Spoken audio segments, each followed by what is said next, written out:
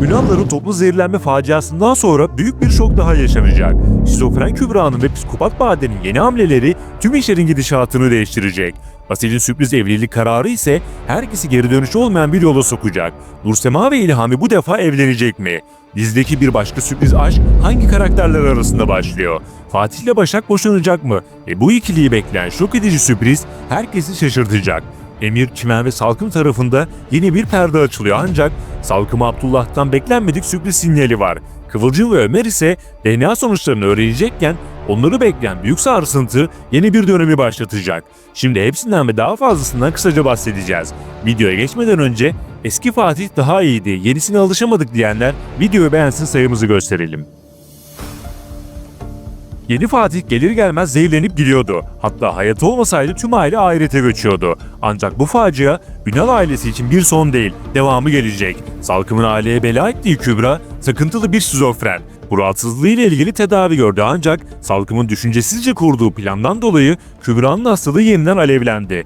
Salkım ve Ünallar için artık çok geç. Çünkü Kübra'nın çok daha tehlikeli yeni hamleleri gelecek. Özellikle Emir'le Çimen'i kötü sürprizler bekliyor. Hatta Emir çok yakında hayati tehlike yaşayacak. Bu durum Salkım'la Çimen'i daha büyük bir kaosa sürükleyecek. Ayrıca Emir'le Çimen arasında yeni kavgalar başlıyor ve bu ikili arasındaki bazı kültürel farklılıklar giderek daha çok belirginleşecek. Salkım'ın gerçek yüzünü göstererek her yere ve herkese yetişmeye çalışması izleyicileri bile yoruyor.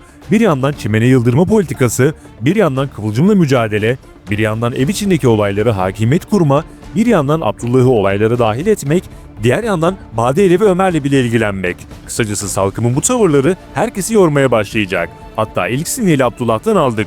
Önümüzdeki süreçte Abdullah, Salkım'dan sıkılmaya ve bunalmaya başlayacak. Sonucunda ise ne yapacağını az çok tahmin edebiliyoruz. Şimdi gelelim diğer çarpıcı olaylara ve bomba sürprizlere.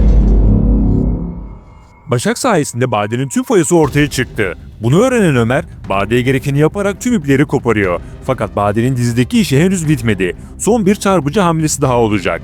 Bu konuda akıllara Ömer'le Kıvılcım'ın çocuklarını kaçırma ihtimali geliyor.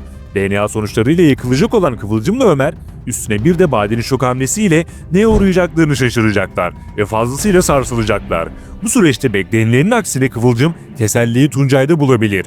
Çünkü Tuncay'la aralarında bir yakınlaşma senaryosu başladı. Kıvılcım Ömer'i çok kıskandı. Şimdi sıra Ömer'de diyebiliriz. Elbette Kıvılcım da eline geçen bu koz sayesinde Ömer'e rahatça res çekebiliyor.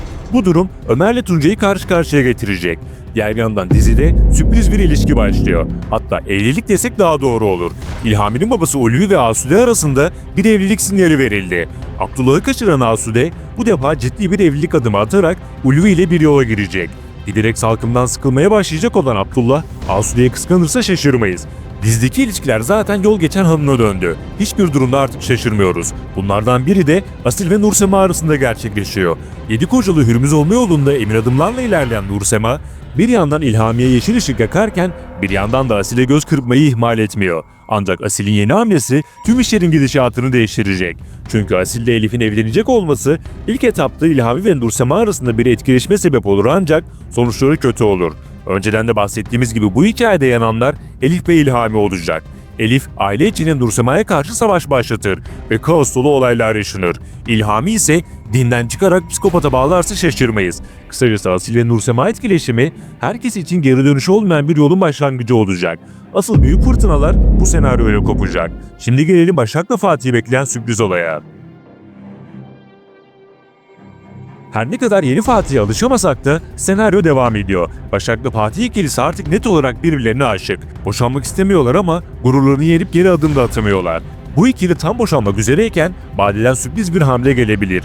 Çünkü Başak, Bade'nin oyununu çözerek gerçek yüzünü herkese gösterdi. Eğer Bade bunu ortaya çıkaranın Başak olduğunu anlarsa, Başak'ın hamile olduğunu ve kendisinden yardım istediğini herkese söyleyerek yeni bir olay çıkarabilir.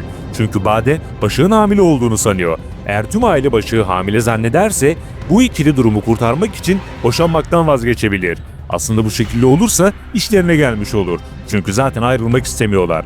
Peki siz yeni Fatih'i nasıl buldunuz? Fikir ve düşüncelerinizi mutlaka yazın. Yeni gelişmeleri ve videoları kaçırmamak için bildirimleri açabilirsiniz. Bir sonraki videomuzda görüşmek üzere. Hoşça kalın.